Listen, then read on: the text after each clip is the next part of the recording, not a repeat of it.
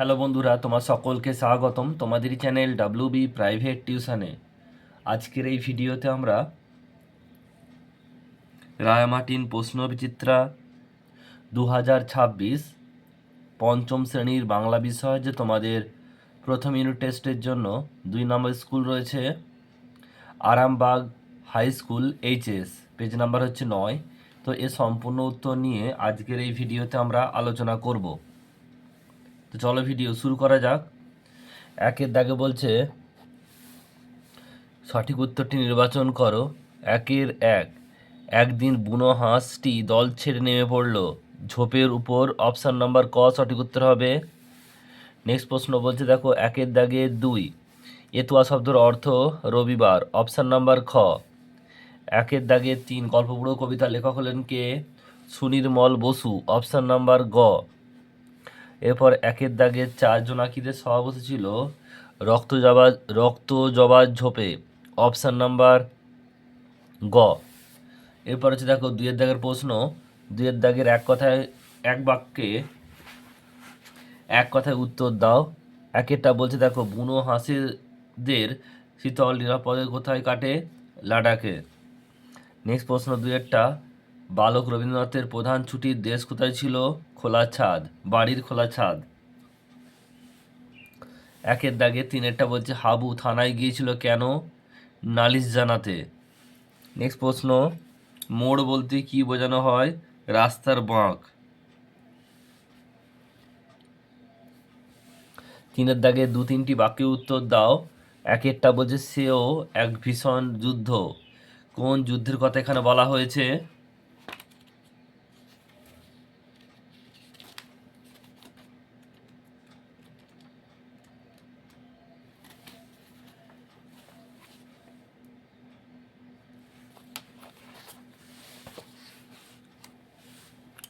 সেও এক ভীষণ যুদ্ধ, কোন যুদ্ধের কথা এখানে বলা হয়েছে? সাহেবরা যখন আদিবাসীদের সালগেড়িয়া গ্রামকে জোর জুলুম করে অধিকার করে নেয়, তখন সিধু কানু সাঁওতালদের একসঙ্গে নিয়ে সাহেবদের বিরুদ্ধে যুদ্ধ নেমেছিল। এখানে সেই যুদ্ধের কথা বলা হয়েছে।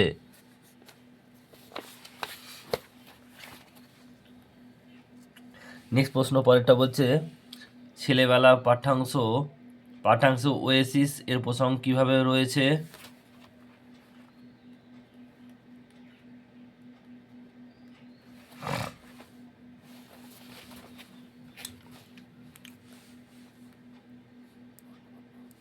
ছেলেবেলা পাঠ্যাংশ থেকে জানা যায়, বাড়ির ছাদটিতে বালক রবীন্দ্রনাথ ঠাকুরের কিতাবে পড়া মরুভূমির মতো মনে হতো। গরমকালে ছাদের উপর দিয়ে গরম বাতাস হু করে বয়ে যেত। বাতাসের ছাদের পাশে তেতলার ঘরে জলের কলের ব্যবস্থা ছিল। তাকে রবীন্দ্রনাথের মরুভূমির মধ্যকার ওয়েসিস বলে মনে হতো।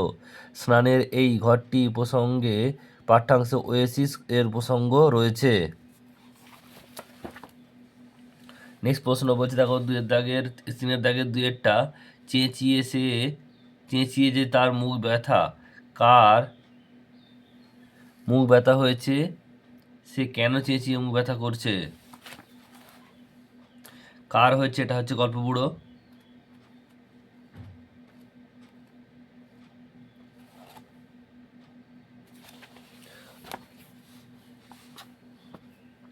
এখান থেকে লিখবে, দেখো সুনির্মল বসুর লেখা গল্পগুড়ো কবিতা। গল্পগুড়োর মুখ ব্যথা হয়ে গেছে। সে শীতকালের ভোরে কাঁধে ঝোলা ঝুলিয়ে গল্পের পসরা নিয়ে বেরিয়ে রূপকথা চাই রূপকথা বলে বারবার চিৎকার করছে, তাই তার মুখ ব্যথা হয়ে গেছে। নেক্সট প্রশ্ন পরেরটা বলছে, অথবা প্রশ্ন, বিমলা নিজেকে কিসের সঙ্গে তুলনা করেছে এবং কেন?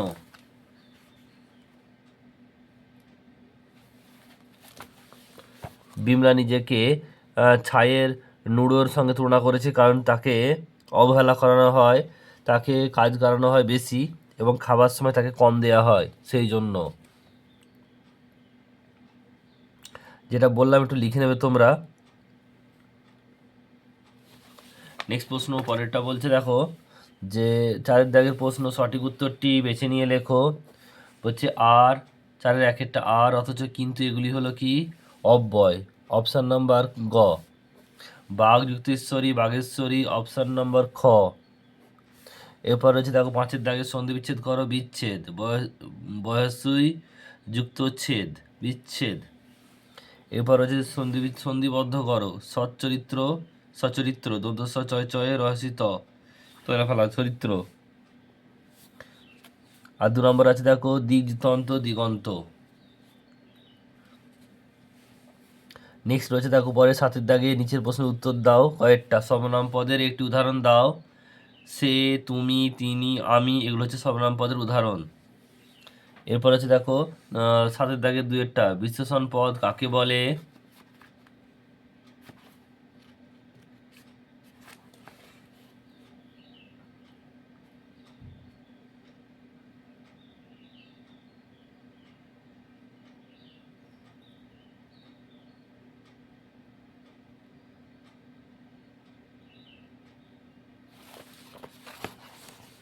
এখান থেকে লিখবে এটা।